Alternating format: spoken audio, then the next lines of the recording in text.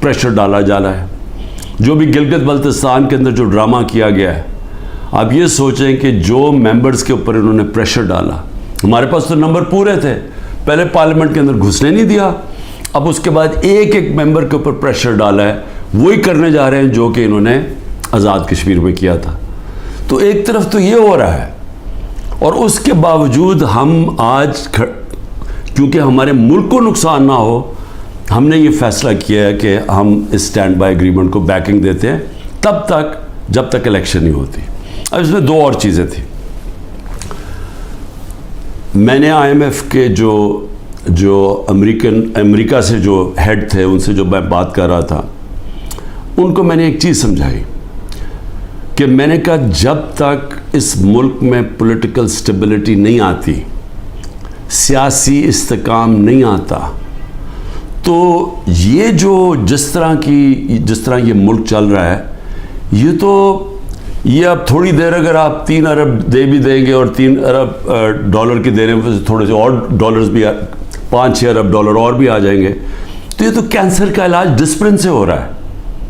جو کینسر ہے وہ پھیلتی جا رہی ہے, اور کینسر کیا ہے کہ ملک میں سیاسی استحکام ہی نہیں ہے. اور وہ کیوں نہیں ہے؟ کیونکہ یہ سب پارٹیز نے مل کے اور ساتھ اسٹیبلشمنٹ, کیونکہ تحریک انصاف اقتدار میں نہ آئے, الیکشن تب کروائیں گے جب یہ سمجھتے ہیں کہ پارٹی تحریک انصاف الیکشن نہیں لڑ سکے گی. جب ان کو اوپر اتنا دباؤ ڈالیں گے, اس کو اس طرح کرش کریں گے کہ جب وہ بالکل الیکشن نہیں لڑ سکے گی تب الیکشن کروائیں گے. میں آج اپنی قوم کے سامنے کہنا چاہتا ہوں کہ یہ جب سے رجیم چینج ہوا ہے, جب سے ہماری گورنمنٹ گرائی ہے, تب سے کوشش کر رہے ہیں پارٹی کو ختم کرنے کی. اور کوئی ان کو جو سب اوپر پاور میں بیٹھ کے تحریک انصاف کو ختم کرنے کی کوشش کر رہے ہیں, ان کو کوئی ملک کی فکر نہیں ہے. انہوں نے جو پاکستان کی معیشت سے کیا, میں آپ کو پھر کہتا ہوں دشمن بھی نہ کریں.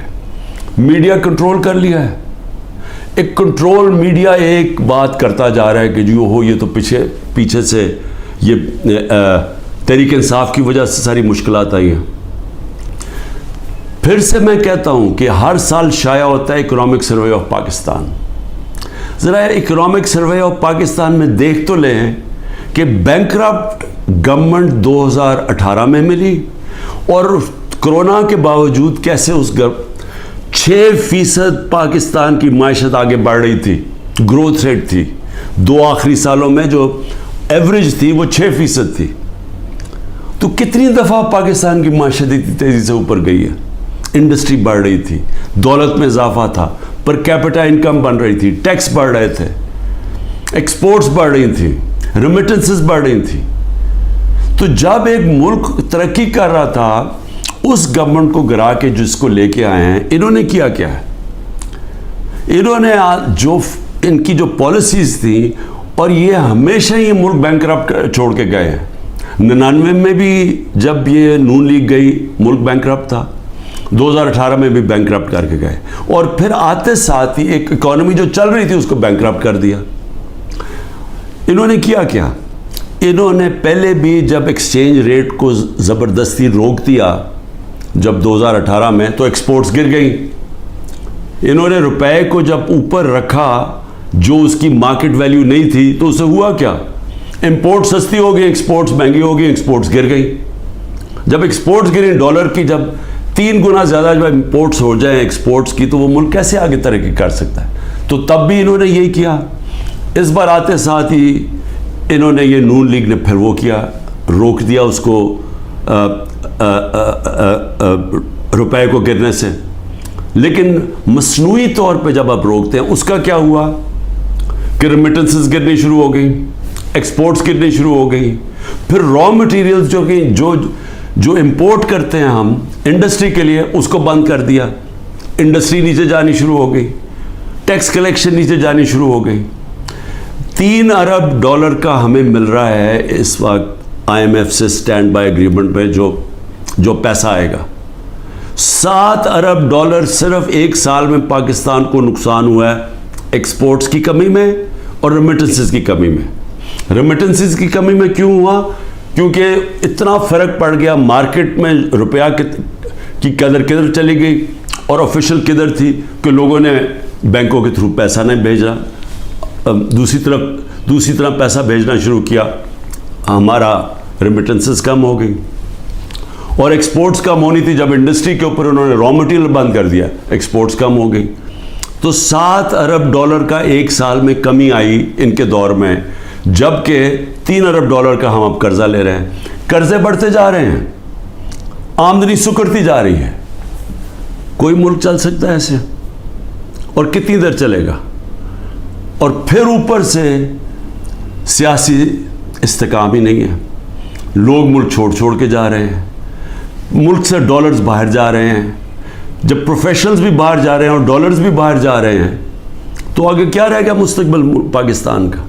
اس لیے ہم نے IMF کو بھی سمجھایا، میں نے اس کو سمجھایا، میں نے کہا دیکھو جب تک فری اینڈ فیئر الیکشنز نہیں ہوں گے یہ ملک اب یہاں سیاسی استحکام نہیں آئے گا اور اکانومی ٹھیک نہیں ہونے لگی. لیکن بدقسمتی کیا ہے کہ حکومت دوسری یہ جو پالیسیز ہیں جو پاور میں بیٹھے ہیں وہ دوسری طرف جا رہے ہیں. بجائے صاف اور شفاف الیکشن کروا کے ایک سیاسی استحکام آئے، ایک ایسی حکومت آئے جو پبلک کی ووٹ سے آئے، پبلک کے مینڈیٹ سے آئے، 5 سال کے لیے آئے، وہ پھر مشکل فیصلے کرے. مشکل فیصلے کا مطلب اصلاحات کرے.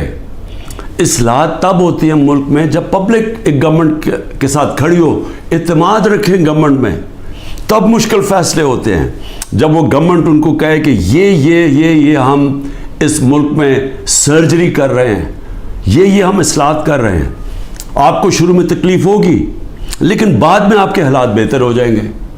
لیکن وہ گورنمنٹ کر سکتی ہے جس کو پبلک اس پہ اعتماد رکھے. اب ان کے اوپر کس نے اعتماد رکھنا ہے؟ کیونکہ جو انہوں نے کہا کہ جی میں 200 سے کم روپیہ کروں گا، آتے ساتھ اس نے کہا ڈالر کم کروں گا، پہلے تو کہا 100 سے کم کروں گا، یہ سارے انہوں نے نعرے مارتے رہے. ہم مہنگائی کم کریں گے، مہنگائی بھی تاریخی، روپیہ بھی تاریخی طور پہ نیچے گرا. اس کے علاوہ جو انہوں نے وعدے کیے سب کے سامنے ہیں کہ کدھر کھڑے ہیں، لوگوں کے آج حالات کیا ہے. تو اب ان کے اوپر تو اعتماد آنے نہیں لگا. جو کوشش کی جا رہی ہے انجینئرنگ کی وہ یہ لوگ پھر واپس آ جائیں گے. تحریک انصاف کو کوشش کی جا رہی ہے کہ اس کو ختم کیا جائے. تو اس سے تو سیاسی استحکام نہیں آنے لگا اور اس سے تو آگے کوئی ملک کا مستقبل ہی نظر آ رہا. تو لہٰذا ہم نے ان کو یہ ضرور کہا کہ دیکھیں جو آئین کہتا ہے آئین کے مطابق الیکشن کروائے جائیں. آئین جو فنڈامنٹل رائٹس، بنیادی حقوق کی حفاظت کرتا ہے وہ اس کو امپلیمنٹ کیا جائے. کیونکہ آپ صرف اگر پیسے دے ہی دیں گے، پھر سے میں کہہ رہا ہوں کینسر کا علاج ڈسپلن سے ہوگا، تھوڑی دیر کے لیے فائدہ ہو جائے گا. کینسر تو پھیلتی جا رہی ہے. کینسر تو تب ختم ہوگی اس ملک میں کاٹ کے جب نکالی جائے گی جب ایک مینڈیٹ والی پبلک کی بیکنگ سے گورنمنٹ آئے گی. وہ مینڈیٹ اس کے پاس ہوگا، وہ پھر ایک وہ سرجری کاٹ کر کے جو اس ملک کے اندر جو غلط چیزیں آ گئی ہیں، جو ہماری ملک کے اندر اصلاحات چاہیے ہیں، جو مشکل فیصلے چاہیے ہیں، جو رول آف لا، قانون کی بالادستی قائم کریں تاکہ ملک میں باہر سے انویسٹمنٹ آئے، سرمایہ کاری ہوگی تو دولت کے اندر اضافہ ہوگا. وہ دولت میں اضافہ ہوگا تو ٹیکس یہ جو قرضے واپس کریں گے. وہ دولت میں اضافہ تو ہونے نہیں لگا اگر یہ جو آج جنگل کا قانون ہے. تو وہ سب کچھ اکٹھا جاتا ہے. سیاسی استحکام، اس کے بعد اصلاحات میں سب سے پہلی اصلاحات رول آف لا، قانون کی حکمرانی، یہ جو جنگل کا قانون ہے یہ ختم کیا جائے. اور اس کے بعد پھر سرمایہ کاری ہو، اور اس کے بعد اس ملک کے اندر دولت میں اضافہ ہو، اور اس کے بعد ہم اپنے قرضے واپس کریں اور خوشحالی آئے پاکستان میں، لوگوں کو نوکریاں ملیں، بے روزگاری ختم ہو، دولت میں صاحب لوگوں کو باہر نہ جانا پڑے. تو وہ تو شروع ہوگا صاف اور شفاف الیکشن سے. اور مجھے جو افسوس ہے اس وقت اور خوف آ رہا ہے کہ ابھی تک جو اوپر اقتدار میں بیٹھے ہوئے ہیں ان کا کوئی اور پلان بنا ہوا ہے، اور وہ جو پلان ہے وہ پاکستان کو تباہی کی طرف لے کے جا رہا ہے. آخر میں ہم نے IMF کو یہ بھی کہا کہ اس وقت ہمارا جو کمزور طبقہ ہے شدید مشکلات میں ہے، اور اس وقت یہ جو پروگرام آپ دیں اس کے اندر ان کا خاص دھیان رکھا جائے. صحت کارڈ کو کئی جگہ ختم کیا جا رہا ہے. یہ کتنی بڑی نعمت ہے غریب لوگوں کے لیے, مڈل کلاسز کے لیے, سفید پوش کے لیے, کہ اتنی مہنگائی کے اندر کم از کم ان کا علاج وہ جائیں تو کم از کم وہ جو ہمارا صحت کارڈ کہ 10 لاکھ روپے تک ان کو کسی بھی ہسپتال میں علاج ملنا چاہیے, اس کو رول بیک کیا جا رہا ہے. اور دوسری چیز ٹارگٹ سبسڈی جو ہم لانے لگے تھے, کہ بجائے آپ سبسڈائز ایسے کریں کہ پٹرول وہ عمران خان بھی اتنی قیمت کا خریدے اور ایک بیچارہ غریب آدمی بھی اتنے خریدے یا رکشہ والا بھی, ایسا نہیں ہونا چاہیے. ٹارگٹ سبسڈی ہونی چاہیے, جو ہمارا پلان بنا ہوا تھا اور ہم پوری تیار کیا ہوا تھا کہ ہر طبقے کے لیے جو نچلا طبقہ ہے اس کی حفاظت کی جائے, اور جو پیسے والے لوگ ہیں وہ اتنا جو پیسے دے سکتے ہیں وہ پوری قیمت دیں. لیکن اگر آپ کم قیمت کریں گے تو سب کے لیے وہ قیمت نہ ہو. نچلے طبقے کو سستی دیں اور جو پیسے دے سکتے ہیں وہ پوری قیمت دیں, جو ساری دنیا میں ہوتا ہے. یہ پلان بھی بڑا ضروری ہے نچلے طبقے کو موجودہ مہنگائی سے ان کی حفاظت کرنے کے لیے. یہ بھی ہم نے اپنی بات کی ہے, ہوتا یا نہیں میں نہیں جانتا. آخر میں صرف اپنے پاکستانیوں کو کہنا چاہتا ہوں کہ دیکھیں, آپ سب کے لیے بڑا ضروری ہے سمجھنا.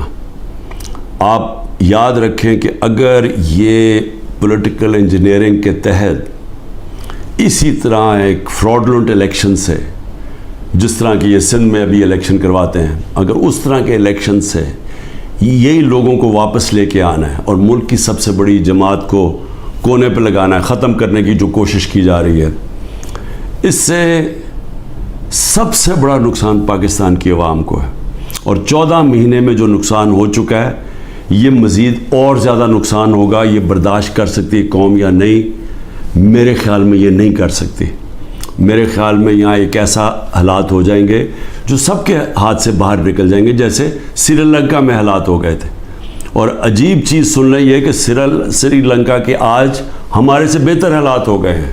یہ بھی آپ کو دھچکا لگے گا سن کے. پاکستان پائندہ باد.